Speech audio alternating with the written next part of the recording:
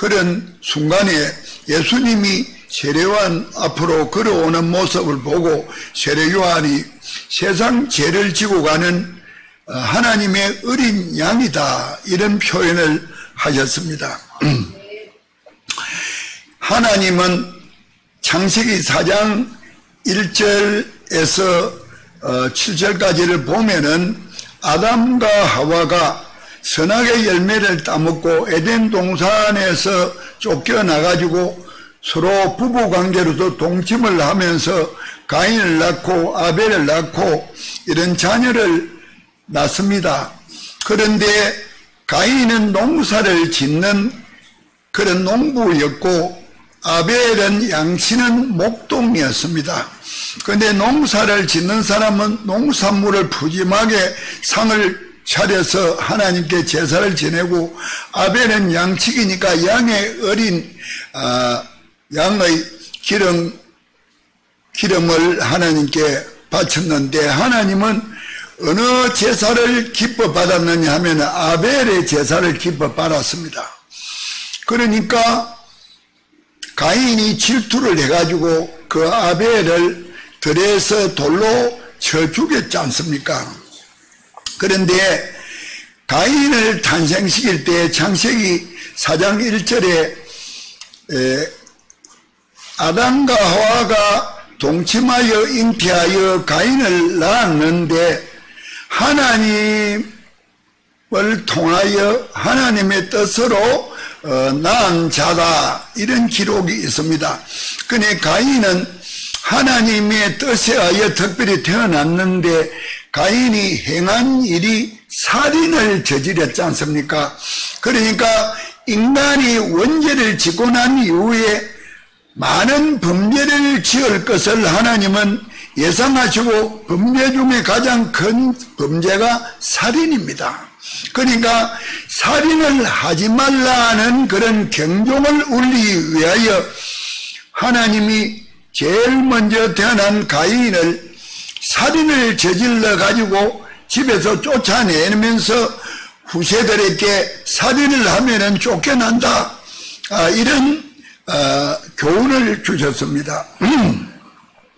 우리가 불교심 포스터를 공모전을 하면은 성냥불로가 한 도시가 불이 활활 타는 거나 담배불 때문에 온 산이 다 불타는 거나 이런 그림이 상을 주는데 뽑히는데, 성냥불로가 불질러라 담배불로 불질러라가 아니라 성냥불이나 담배불을 조심하지 않으면 이런 큰 불이 난다는 반면교사, 그 그림을 통하여 교훈을 주는지 마찬가지로 가인을 통해서 살인을 저지르면 부모 형제와 같이 살지도 못하고 쫓겨난다, 이런 교훈을 주신 겁니다. 그런데 하나님이 아벨의 제사를 받는데 왜 아벨의 제사를 받습니까? 아벨은 양치기 아닙니까? 양치기는 뭘 합니까? 양을 위하여 내가 헌신하는 삶을 삽니다. 양을 푸른 초장이 많은 곳으로 양떼를 몰고 다니고 여기 다 뜯어먹으면 내일은 또 다른데 풀이 풍성한 곳으로 인도해야 되고, 또 양떼들을 늑대나 호랑이나 누가 잡아먹을까 싶어서 사방을 둘러보고 자기가 그 호랑이나 늑대한테 이길 힘이 없지만은 그래도 막대기를 가지고 자기 목숨을 바쳐가면서 양떼를 보호하는 그런 보호자 역할을 해야 되고, 목이 또 마를까 싶어서 시냇가에 가서 물을 또 먹여야 되고, 그리고 양을 우리까지 잘 인도해 와야 되고, 이런 헌신 봉사를 하니까 하나님은 우리를 보고 헌신 봉사하는 그런 삶을 살아왔고, 목동에 그 빈약하지만은 그 제사를 받았다. 그러니까 물질이 풍부한 것을 보는 것이 아니라 그 물질이나 뭐를 구하기 위하여 그 사람이 어떤 행동을 하는가가 더 소중하다는 그런 뜻으로, 그러니까 아벨의 제사는 어린 양을 바친 제사 아닙니까? 그러니까 하나님은 아담과 하와로부터 처음에 태어난 자녀의 제사에서부터 어린 양을 바치는 것을 기뻐 받았다. 그러니까 하나님은 성경에서 시작부터 끝에 있을 것을 예고를 해 주신 겁니다. 어린 양을 통한 하나님의 섭리가 바로 아벨의 제사를 연락하셨다는 데서 나오죠. 그 다음에 하나님은 인간을 만들었는데 모두가 우상을 숭배하고 하나님을 숭배하지를 않습니다.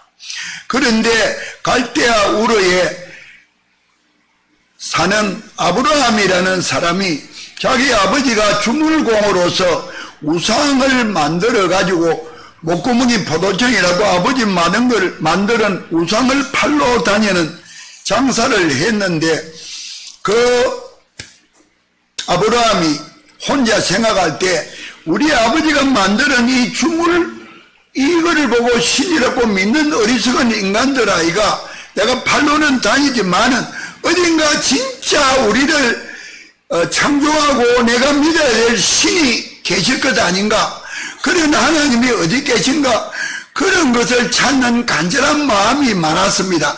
하나님이 하늘에서 보니까 수없는 인간이 우상을 숭배하고 거기에 심취해 있는데 갈대아 우르에서 비록 아버지가 만드는 우상을 팔러 다니지만은 자기를 찾고 자기를 그리워하는 한 사나이를 발견한 겁니다. 그래서 하나님이 그 사람 보고 이 사람을 통해서 내가 하나님을 섬기는 백성을 온 누리에 퍼뜨려야 되겠다. 그래서 너는 내가 지시하는 땅으로 가라. 그런 명령을 내리니까 그 아브라함은 하나님의 음성을 듣고 두 말도 안 하고 재산을 정리해 가지고 가나안 땅, 하나님이 지시하는 땅으로 이동을 합니다. 그러면 하나님은 왜 가나안 땅으로 이동을 시킵니까? 가나안 땅은 유럽과 아프리카로 연결되는 통로입니다. 로마가 세력이 크면은 세계를 정벌하는데 아프리카도 정벌을 하려고 하니까 가나안 땅을 건너서 가야 아프리카를 갈 수가 있고, 그리스가 또 큰 나라가 될 때도 아프리카를 침공하려면 그리 지나가야 되고, 또 에집트가 강성할 때 유럽을 침공하려면 또 거리를 지나서 유럽으로 오게 되지 않습니까? 그러니까 거기는 길목이 왕래를 많이 하는 곳이다 말입니다. 모델하우스는 사람이 많이 와서 봐야 아파트가 잘 팔릴 것 아닙니까? 좋은 길목에다가 그 모델하우스를 지어야 되거든요. 그래서 하나님 나라의 모형을 가장 왕래가 많은 가나안 땅에다가 설치를 하면은 점령을 하러 왔던, 지나갔던, 전쟁하러 왔던 그 땅을 지나면서 하나님 백성이 사는 모습을 보고 그거를 보고 자기도 배워서 온 세상에 하나님의 법도가 전파되기를 바라서 하나님은 그 땅을 모델하우스로 하기로 하고 아브라함을 그 땅에 보냈는데 그 땅에는 원주민이 살고 있지 않습니까? 그러면은 아브라함이 한꺼번에 몇백만 명의 자녀를 낳을 수가 없지요. 그런 군사가 많아야 살고 있는 사람을 무찌르고 차지할 것 아닙니까? 그래 아브라함을 보고 하나님은 늘 하늘의 별처럼 바닷가의 모래알처럼 셀 수도 없는 후손을 주겠다, 그런 축복을 늘 하는데 아브라함 믿음이 믿기지질 않지요. 그래서 한 번은 하나님 아버지는 믿도록 증거를 좀 주십시오.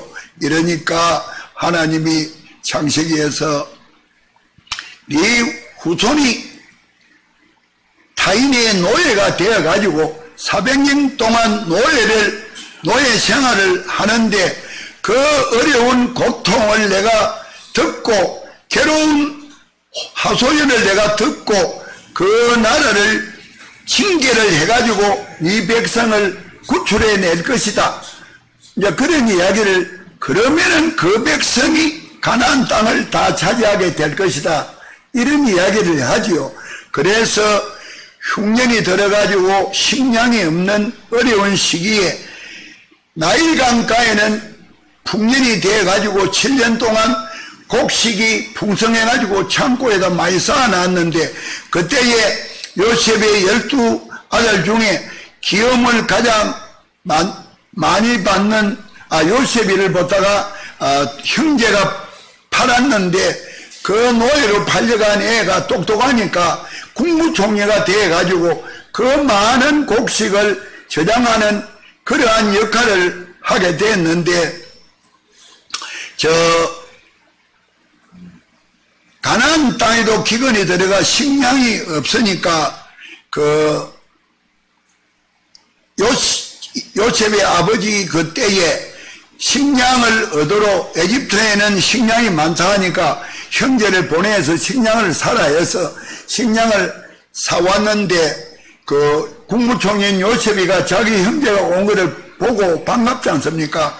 그래서 결국은 어떤 인연으로 자기 모든 부모와 함께 에집트에 오게 되고 국무총리니까 왕한테 이야기를 하니까 땅을 주어서 거기다가 정착을 하도록 만들어 주는데 나중에 탈출을 할 때 쉬우라고 수도 가까이 카이로 근처에 왕이 땅을 주려 하는데 우리는 목축하고 농사만 지으니까 이런 도시에서는 살아갈 능력이 안 되고 저 변두리 땅을 주면은 목축이나 하고 농사나 짓겠습니다.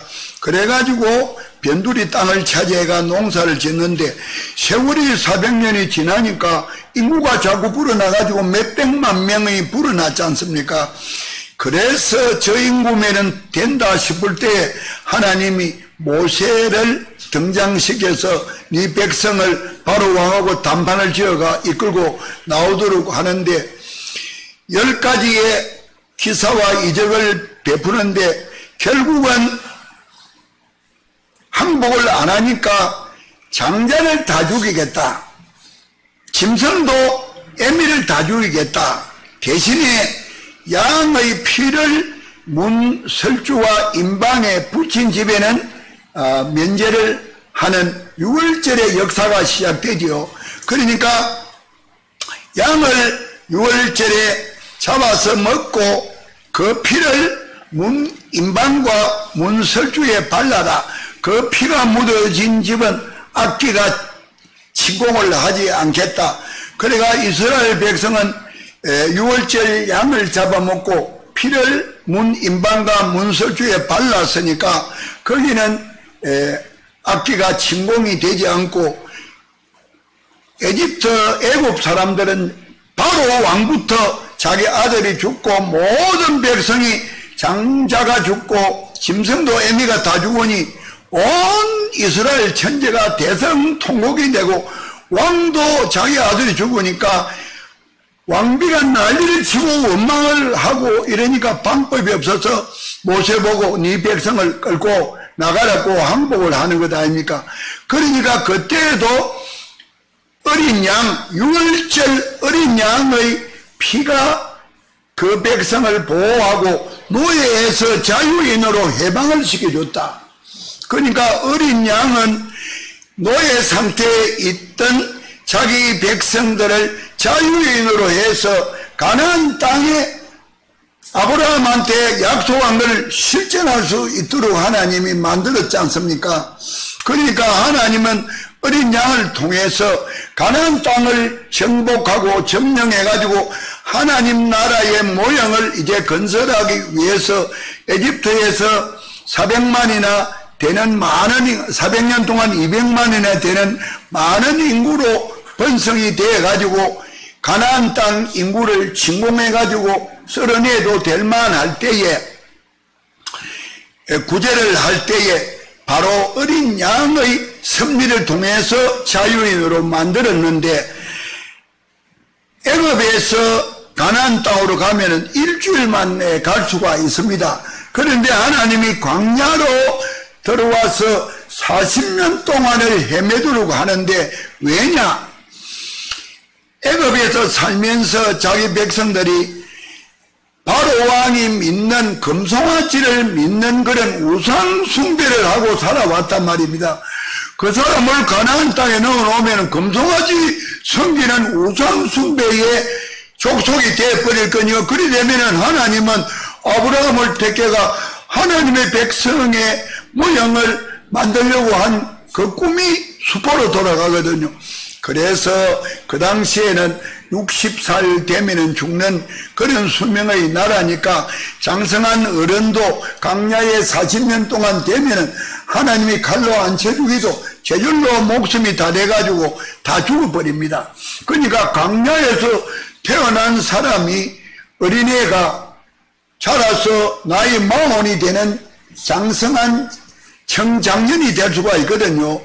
그러면은 하나님이 가나안 땅에서 십계명을 주고 하나님의 백성으로 훈련을 시킨 그런 사람만이 하나님을 섬길 수가 있지요. 그 사람을 가나안 땅에 넣으면은 하나님을 섬기는 그런 나라가 이루어질 수가 있으니까 모세로 하여금 애굽에서 우상 숭배하던 그런 사람은 제절로 나이가 작아 죽도록 만들고, 하나님이 39년 동안 이스라엘 백성을 이끌고 고생한 모세를 제끼고 여호수아로 하여금 바톤을 이어받아가 가나안 땅을 정복하게 만드는데, 왜 모세는 39년 동안 애를 썼는데 배제됐느냐? 무리바에서 물난리가 났을 때에 하나님 물난리가 나가지고 지금 난로 갖다가 막 패치기를 하는데 어쩌면 좋습니까?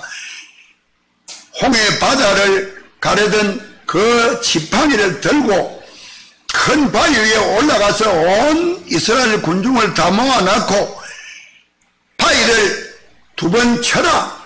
그러면 내가 저 앞에 시내산에서 쳐다보고 바위에서 물을 내겠다. 그래가 모세가 막 군중을 모아놓고, 야 이놈들아, 내가 막 물을 내가 막 시큰 물복이 터지도록 하겠다. 지팡이를 내리치니까 물이 막 팍 쏟아서. 세월이 지나고 39년이 됐을 때 또 물난리가 났어요. 그때에 하나님은 또 모세가 기도합니다. 또 이 물 때문에 난리가 났다. 난로 가다가 막 혼쭐로 내려는데 어쩌면 좋습니까? 이번에는 하나님이 바위를 명하여 물을 내라, 쳐라 소리를 한 게 아니라 바위를 보고 물을 나오게 해라 이렇게 말을 해라고 했는데, 모세가 그 전에 2번 지팡이를 두드린 기억도 있고, 자기도 39년쯤 돼가지고 백성이 막 하도 떠들어서 하니까 혹시 물이 안 나오면 어쩔까 걱정이 돼가지고 막 2번을 막 크게 두드리니까 물이 났는데, 하나님이 자 39년 동안 지친 이 이스라엘 백성에게 말로만 해도 바위에서 물이 딱 쏟아나면, 이야 우리 하나님은 진짜 위대한 하나님이다 이렇게 믿도록 만들려고 말로 해라 했는데, 이놈이 막 지팡이를 치니까 빈정대는 놈은 막 지팡이를 치니까 막 바위가 갈라지니까 물이 나왔지, 무슨 놈은 하나님 물을 냈나 이렇게 비꼬는 놈이 생기잖아요. 그런 비꼬는 명분을 줘버렸단 말이에요. 그러니까 하나님이 자기의 거룩함을 드러내지 않고 하나님을 시험을 했기 때문에 39년 아무리 애를 썼지만 너는 낙제다. 너는 땅은 가나안 땅 구경은 하되 그 산에서 죽을비라.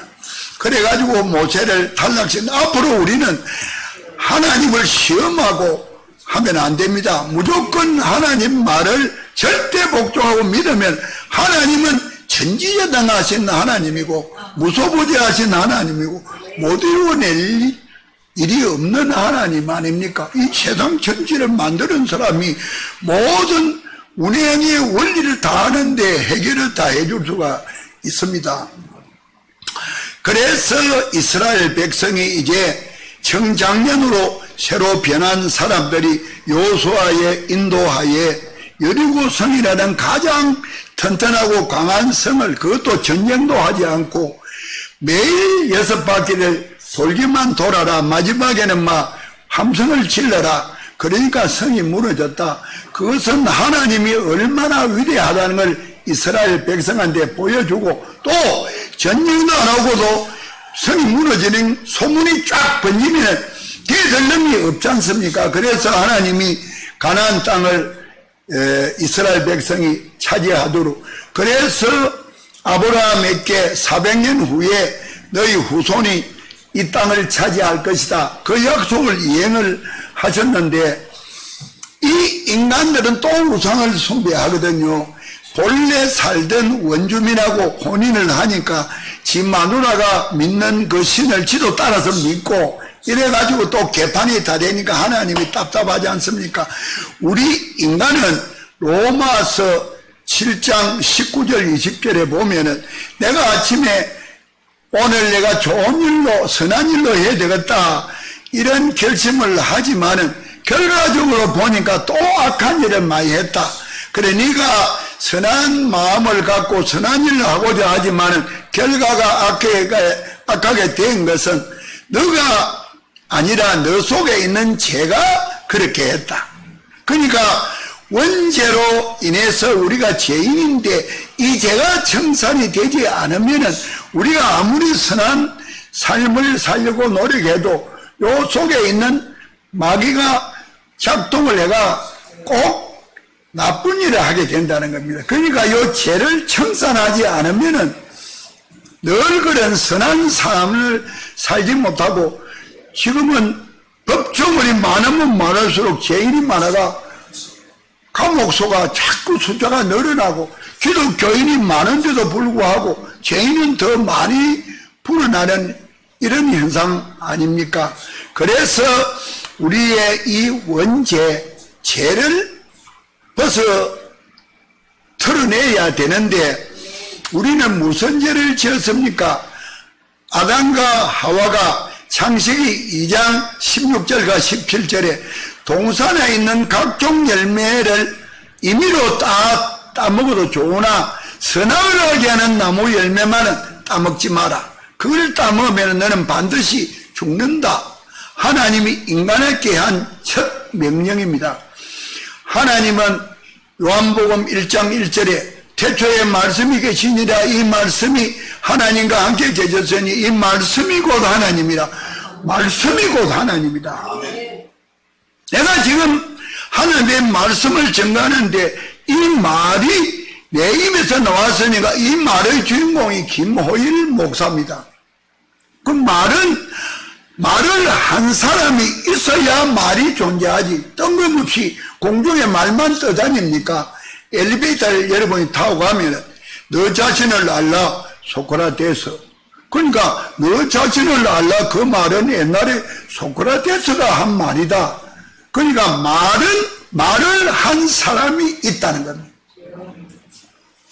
말을 한 사람이 없는데 말만 존재할 수가 없는 겁니다. 그러니까 하나님이 처음에 천지를 창조할 때 빛이 있어라, 이런 말을 하니까 빛이 있었다.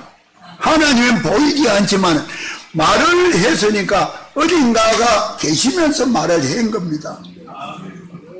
그래서 지금도 갑자기 정전이 돼가 불이 캄캄하면 내가 말씀은 전가하는데 내 얼굴이 여러분한테 안 보이더라도 말씀은 여러분한테 들린단 말이에요. 그러면 말하는 김호일 목사가 있으니까 그 말이 있다 이 말이에요.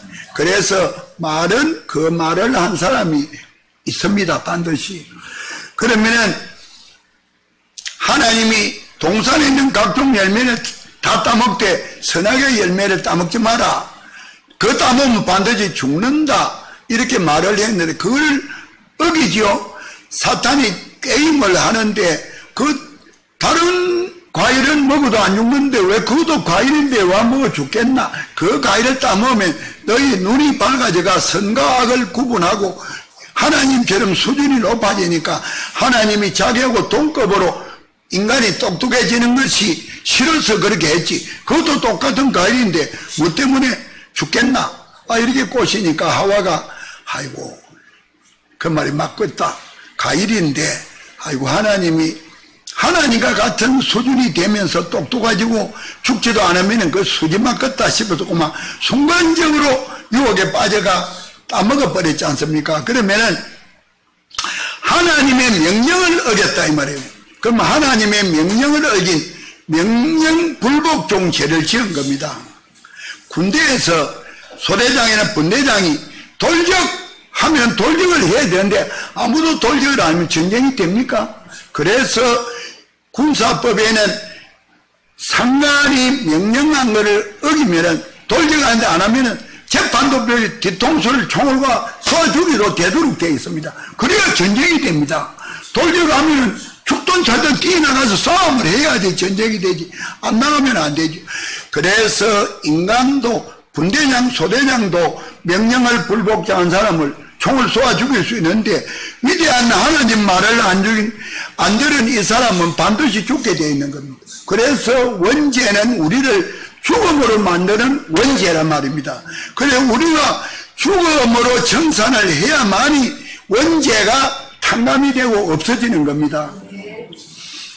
자, 어떤 분이 장사를 잘해가지고 단골 식당에 직원들 장부에 적어놨고 또 매월 청산회가 예상값을 갚아주는데 예상값이 500만 원이 되는데 IMF가 다 터져서 갚아줄 수가 없어요.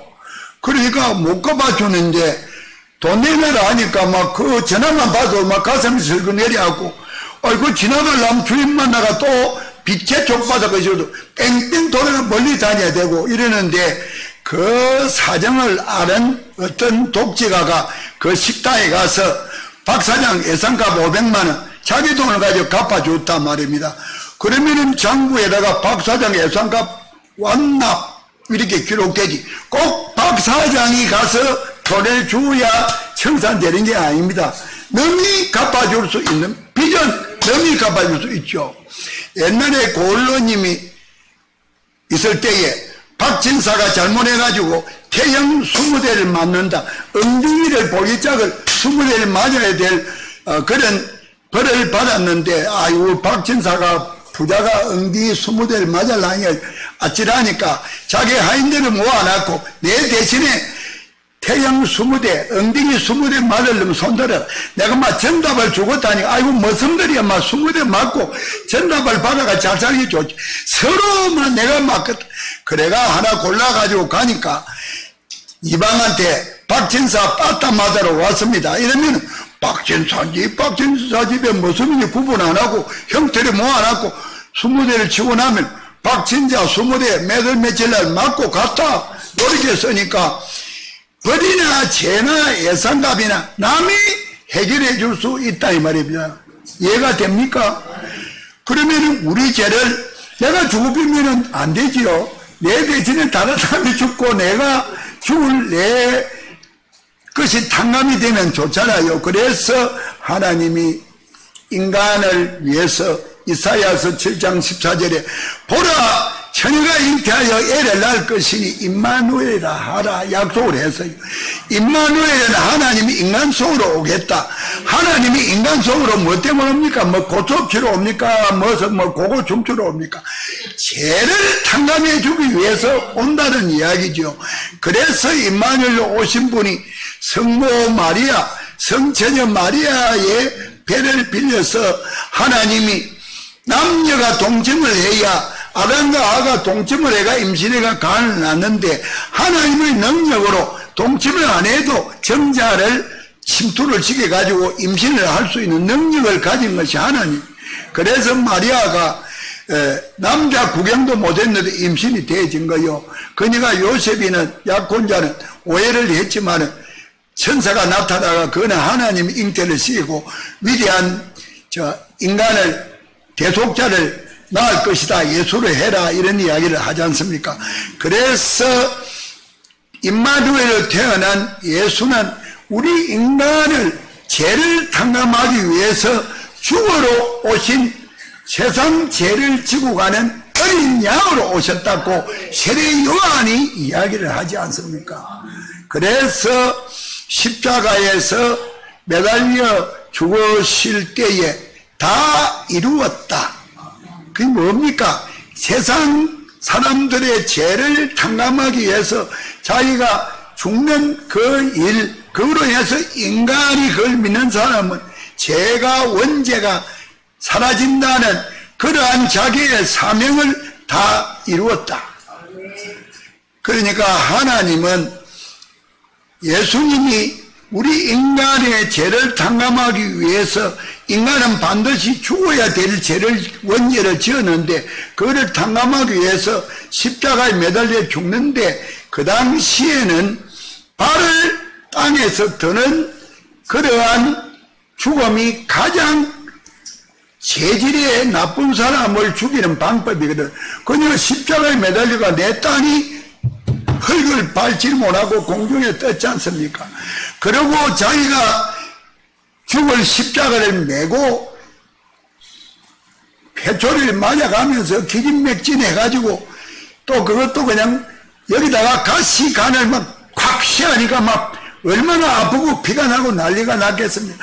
거기다 옆구리를 또 장을 찌르니 한 방울도 피가 다 안 남고 다 빠져서 처참한 그렇게 인류 역사에 그렇게 비참하고 처참한 죽음을 한 사람이 있습니까? 없습니다. 그럼 왜 그러냐? 지독한 죄인도 다 대신에 죽어주셨다는 것을 나타내기 위해서 그런 험한 죽음을 하신 겁니다. 그래서 예수님이 십자가에 매달릴 때 저도 거기에 포개졌고 여기 계시는 목사님, 권사님 모두가 여기 포개져 가지고 수백억의 인구가 그 포개져가 예수가 십자가에 매달릴 때에 사형을 당하고 죽을 때에 나도 죄인인 원죄를 가진 나는 죽었다 이 말입니다. 그런데 죽고 끝이 나면은 소용이 없는데 예수님이 사흘 만에 부활을 했지 않습니까? 그러니까 우리는 예수님처럼 원죄의 죄인인 나는 죽었지만은 다시 부활되어 가지고 하나님의 영광을 함께 누리는 그러한 사람으로 다시 태어난다는 것을 예수님이 시범적으로 우리에게 보여주셨습니다. 그러니까 하나님은 어린 양을 통해서 아벨의 제사에서 양을 바치는 제사를 받아들이는 거기서부터 시초로 에집트에서 노예 생활할 때 유월적 양을 잡아먹고 그 피를 문인방과 설주에 발랐을 때 노예에서 자유인으로 해방을 시켜주고 내 원죄를 탕감하기 위해서 임마누엘로 오신 예수님이 내 죄를 탕감해 줬으니까 나는 이제 죄인에서 해방됐다 이 말. 죄에서 해방되니까 나는 죽을 이유가 없지 않습니까? 죽을 죄가 탕감이 됐는데 내가 죽을 일이 없어. 그래서 우리는 완전한 자유인이 되어가지고 하나님과 함께 천국에서 아름다운 노래소리 들으면서 생명나무 열매를 먹고 그렇게 살아갈 운명입니다.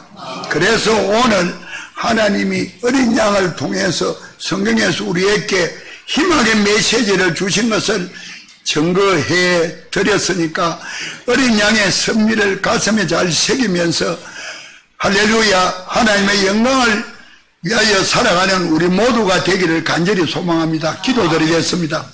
거룩하시고 자비로우신 하나님 아버지, 어린 양을 통한 하나님의 섭리를 깨닫게 해 주셔서 하나님의 영광을 드러내는 귀한 하나님의 성도가 되기로 변화시켜 주신 하나님께 감사드리며 나날이 하나님의 영광을 위하여 찬송하고 찬양하고 성령과 더불어 살아가는 아름다운 일생이 되도록 하나님이 함께해 주실 줄 믿사옵고 예수 그리스도 이름 받들어 감사하며 간절히 기도드리옵나이다. 아멘.